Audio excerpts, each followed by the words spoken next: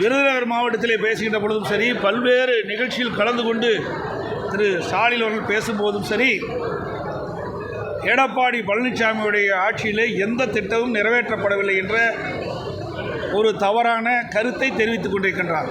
தொடர்ந்து தெரிவித்துக் கொண்டிருக்கின்றார் ஊடகத்தின் பத்திரிகையின் வாயிலாக.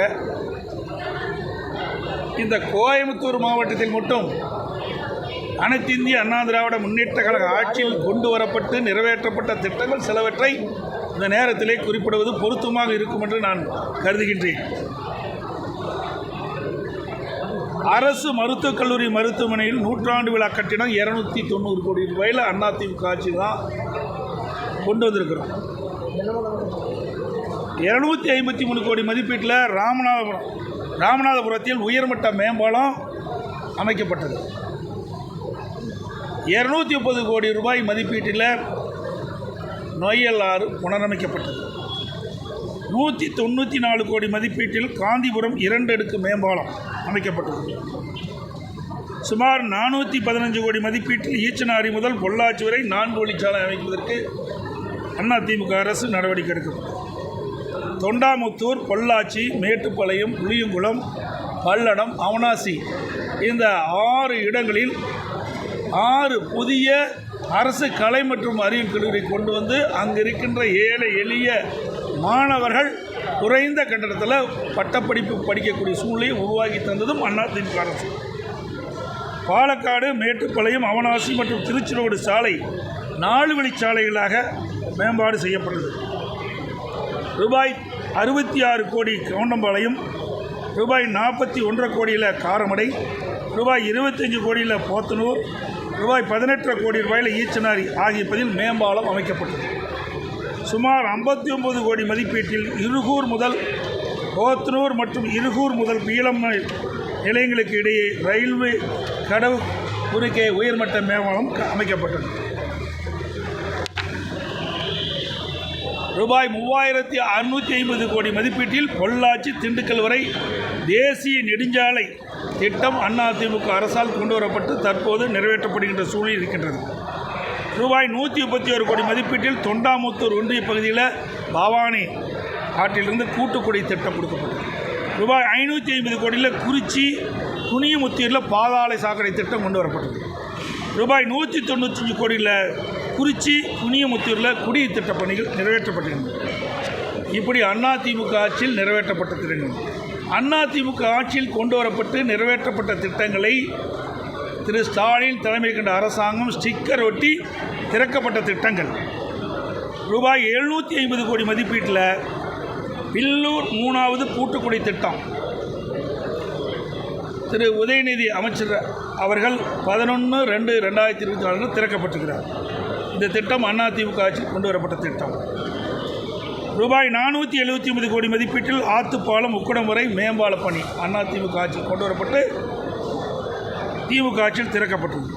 ரூபாய் 114 கோடியில் ஐடி பார்க் நம்ம அதிமுக ஆட்சியில் அடிக்கல் நாட்டப்பட்டு நவம்பர் 5ஆம் தேதி முதலமைச்சர் ஸ்டாலினால் ஸ்டிக்கர் ஒட்டி திறக்கப்பட்டது. ரூபாய் 1652 கோடி மதிப்பீட்டில் அத்திக்கட அவனாசி திட்டம். இந்த திட்டத்தை ஈரோடு, அதோடு திருப்பூர், கோவை இந்த 3 மாவட்ட மக்களும் தொடர்ந்து பல ஆண்டுகளாக கோரிக்கை வைத்து வந்தார்கள் விவசாயிகள்.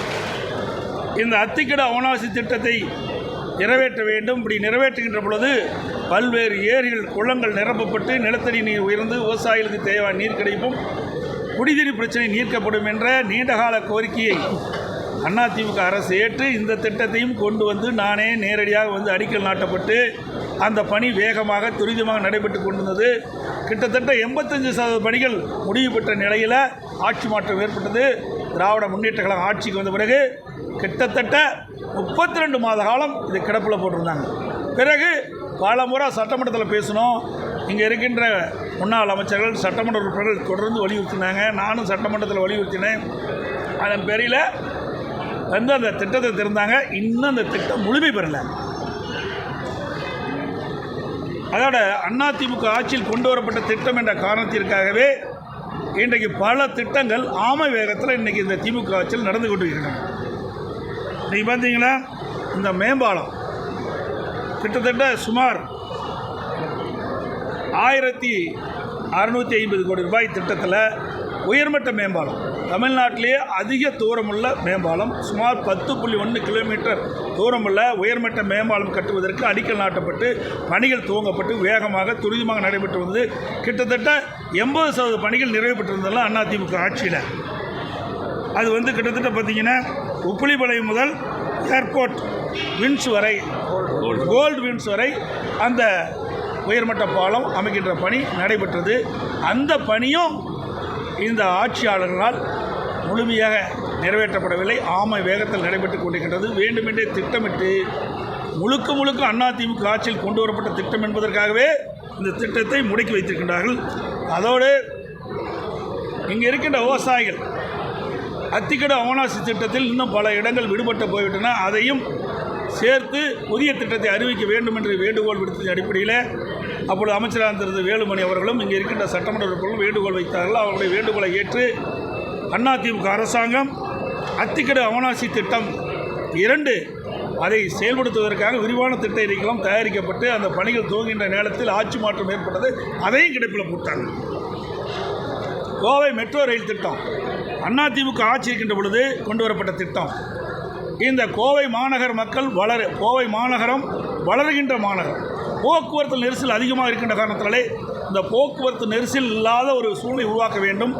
இங்கே அதிகமான தொழிற்சாலை இருக்கின்ற காலத்திலே அதிகமாக தொழிலாளர்கள் பணிபுரிகின்ற காலத்தினாலே வேலைக்கு செல்கின்றவர்கள் குறிப்பிட்ட நேரத்துக்கு செல்ல வேண்டும், குறிப்பிட்ட நேரத்துக்கு வீட்டுக்கு திரும்ப வேண்டும். அப்படி இருக்கின்ற இந்த சூழ்நிலையில் மெட்ரோ ரயில் திட்டம் மிக அவசியமான திட்டம் என்ற காரணத்தினால் அதிமுக அரசு இருக்கின்ற பொழுது இந்த திட்டத்தை நாங்கள் கொண்டு வந்தோம். சுமார் இந்த திட்டத்தை நிறைவேற்றுவதற்காக விரிவான திட்ட அறிக்கை தயாரிக்கின்ற பணி நடைபெற்றது. ஆட்சி மாற்றம் ஏற்பட்டது. இன்ன வரைக்கும் அந்த திட்டத்திற்கு என்ன நடவடிக்கை எடுத்தார் என்று தெரியவில்லை. அதையும் கிடப்பில் போட்டாங்க. பாதகம் செய்பவரை கண்டால் நாம் பயங்கொள்ளலாகாது பாப்பா, மோதி மிதித்து விடு பாப்பா, அவர் முகத்தில் உமிழ்ந்து விடு பாப்பா. அண்மை செய்திகளை உடனுக்குடன் தெரிந்து கொள்ள இணைந்திருங்கள் இயம்நாடு தொலைக்காட்சியுடன்.